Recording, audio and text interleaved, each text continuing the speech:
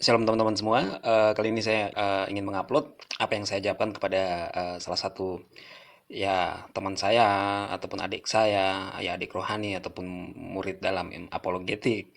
Ya setiap hari banyak yang seperti ini yang nanya-nanya di WA tentang hal ataupun tema-tema apologetika, Islamologi, teologi dan tentang Alkitab begitu. Dan ini adalah salah satunya. Jadi saya pilihkan saja yang kira-kira temanya ada hubungannya dengan apa yang terjadi baru-baru, yaitu tentang pendeta Stephen Tong dan pendeta Niko gitu ya. Karena ini nama Leo banyak ya, jadi saya nggak perlu memblurkan, saya langsung saja. Dua-duanya ya kalau menurut saya pengennya netral, jadi saya melihat sih dua-duanya salah gitu. Pendeta Niko juga lebay karena mengklaim mengatasnamakan Tuhan, menyuruh dia untuk menghardik wabah virus corona gitu ya. Nyatanya apakah wabah virus corona berakhir? Kan tidak, justru makin bertambah kan, setiap harinya makin bertambah pasien yang mengidap COVID-19. Jadi bagaimana itu?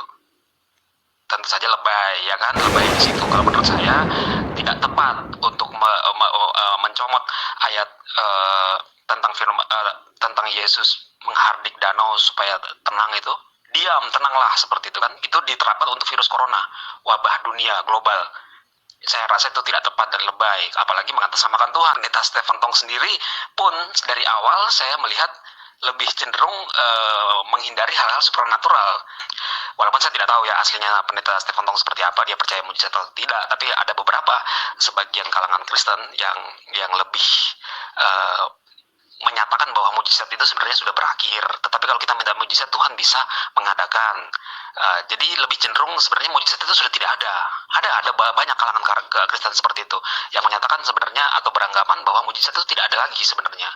Satu sisi pendeta Niko lebay, dan satu sisi pendeta Stephen Tong juga mengkritik saja, tapi sendirinya tidak imbang antara pengetahuan teologisnya dan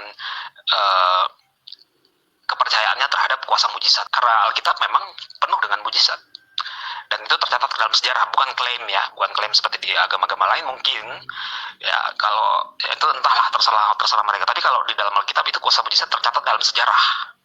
Dan itu masih berlaku sampai detik ini, dan saya pun mengalaminya. Saya terlalu banyak kalau mau cerita tentang hal-hal supernatural yang saya alami bersama Tuhan. Pendeta Niko ya, dia memaksakan istilahnya itu, kita melihat dari kacamata umum, dia sebenarnya memaksakan kehendak sendiri, mencomot firman Tuhan untuk mengklaim bahwa virus corona akan diam dan tenanglah sesuai dengan perintahnya, sesuai dengan ayat firman Tuhan, di mana ketika itu Yesus menenangkan danau.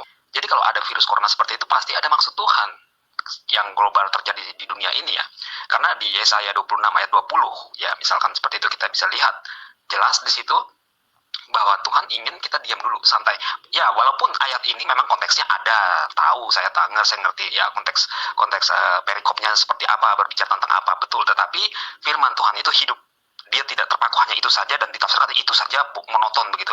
Firman Tuhan itu hidup. Jadi kita bisa melihat Yesaya 26 ayat 20 ini berbicara tentang ataupun ada hubungannya dengan yang namanya lockdown ya, di rumah aja ya kan, sampai amarah itu reda, sampai wabah itu usai kan, seperti itu.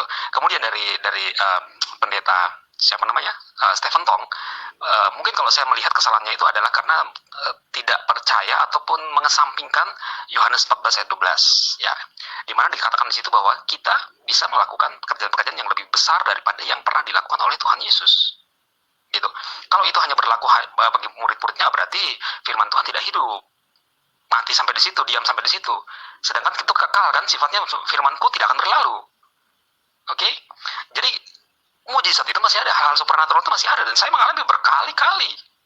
Saya kalau ceritakan nanti ya, edisi-edisi selanjutnya saya akan ceritakan, kiranya menjadi berkat buat teman-teman semua. Kita bisa melihat antara pendeta satu dan pendeta yang lain saling bertentangan, tetapi mereka tetap anak Tuhan, karena di 7 jemaat di dalam kitab Wahyu itu ada kriteria-kriteria tersendiri sebagai ciri khas masing-masing jemaat, dan itu semua jemaat Tuhan gitu ya.